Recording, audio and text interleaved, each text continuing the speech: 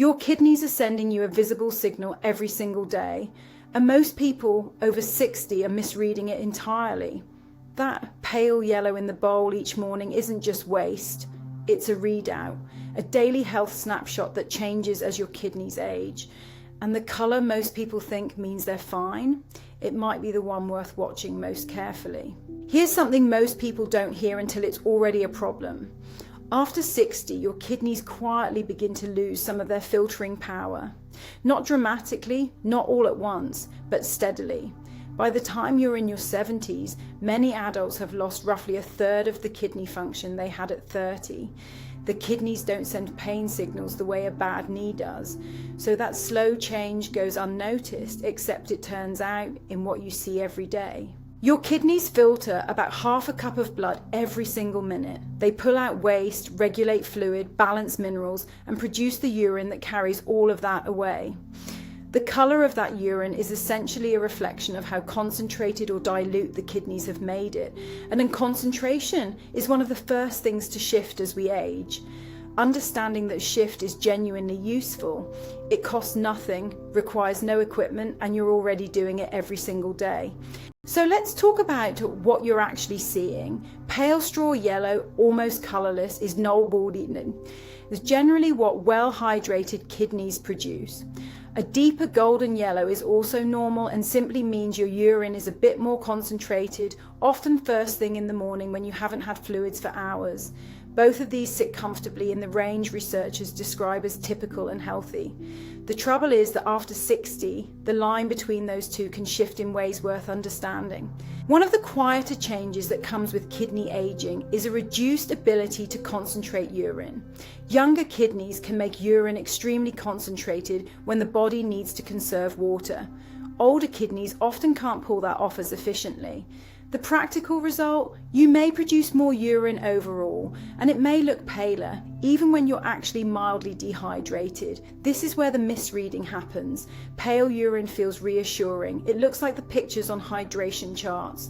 But in an older adult, pale or nearly colourless urine can sometimes mean the kidneys are struggling to concentrate. Not that you're perfectly topped up.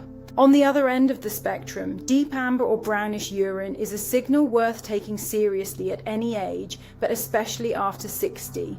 That dark colour usually means significant dehydration. The kidneys are holding back water and concentrating waste heavily. Older adults are genuinely more vulnerable to dehydration for a few reasons. The thirst mechanism becomes less reliable with age, meaning you can be meaningfully dehydrated before you feel thirsty at all. And certain common medications can also affect fluid balance. If you're seeing dark amber regularly, that's a conversation worth having with your doctor. Then there are the colours that fall outside the yellow spectrum entirely, and these deserve a calm but clear mention. Pink or red tinged urine can sometimes come from foods, beets, blackberries, rhubarb, but it can also indicate blood in the urine, which always warrants a doctor's visit, full stop.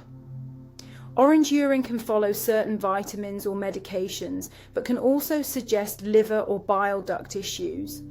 Foamy or frothy urine that persists, not just the occasional bubble, can sometimes reflect protein in the urine, which is one of the early signs of kidney stress that doctors actually look for.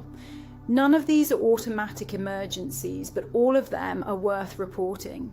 The foamy urine point is worth slowing down on because it's one of the least talked about signals and one of the more meaningful ones for kidney health after 60. Healthy kidneys keep protein where it belongs, inside the bloodstream. When the tiny filtering structures inside the kidney begin to wear or become stressed, protein can start leaking through into the urine. That protein, when it hits the bowl, creates bubbles that don't quickly disappear the way normal splash bubbles do. It's a subtle thing, and it doesn't diagnose anything on its own. But persistent foam is exactly the kind of observation to bring to your next checkup rather than dismiss. So how does all of this fit into daily life for someone who simply wants to keep their kidneys in reasonable shape for the decades ahead? The evidence consistently points toward a few unglamorous but effective habits. Steady regular fluid intake across the day, not a large amount all at once, appears to support kidney function far better than sporadic drinking. Most research suggests plain water is your best tool here. Not juice, not heavily sweetened drinks, just water returned to steadily throughout the day, so you're maintaining that comfortable pale to mid-yellow colour without relying on thirst to remind you. There's also a body of research suggesting that what you eat shapes kidney aging over the long run. Diets that rely heavily on processed foods, excess sodium, and very high protein loads ask more of the kidneys over time, whereas eating patterns built around vegetables, fruits, whole grains, and moderate lean protein, the kind of food your grandmother might have recognized, seem to support kidney health in ways that show up in long-term studies.